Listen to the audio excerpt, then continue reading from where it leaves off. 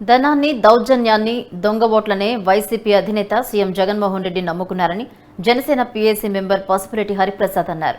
జగన్ వల్లనే ఐఏఎస్ అధికారి సస్పెండ్ అయ్యారన్నారు.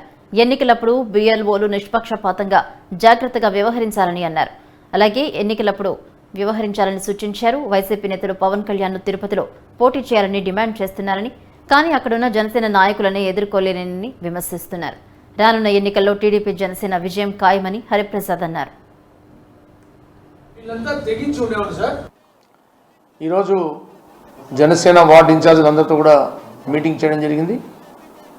పవన్ కళ్యాణ్ గారు ఏదైతే నమ్ముతున్నారో తిరుపతి జనసేన అడ్డాని ఖచ్చితంగా తిరుపతిలో జనసేన జెండాను ఎగరవేయాలని, తిరుపతి అసెంబ్లీ స్థానాన్ని జనసేన గెలిపించుకోవాలని ఎలాగైతే ఆలోచనలో ఉన్నారో ఆయన ఆలోచన దిశగా ఈరోజు వార్డు మెంబర్స్ అందరూ కూడా మాట్లాడుకోవడం జరిగింది. ఖచ్చితంగా చెప్తున్నాం, జిల్లాలోనే ప్రతి ఒక్క నియోజకవర్గంలో కూడా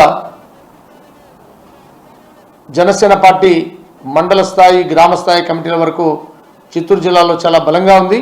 అలాగే తిరుపతిలో కూడా 50 వార్డులు 50 వార్డుల ఇన్ఛార్జీలు, అలాగే ప్రతి వార్డులో కూడా బూత్కు 10 మంది కార్యకర్తలతో సహా చాలా క్లియర్గా పగడబందీగా పక్కాగా జనసేన పార్టీ అడుగులు వేస్తూ ఉంది.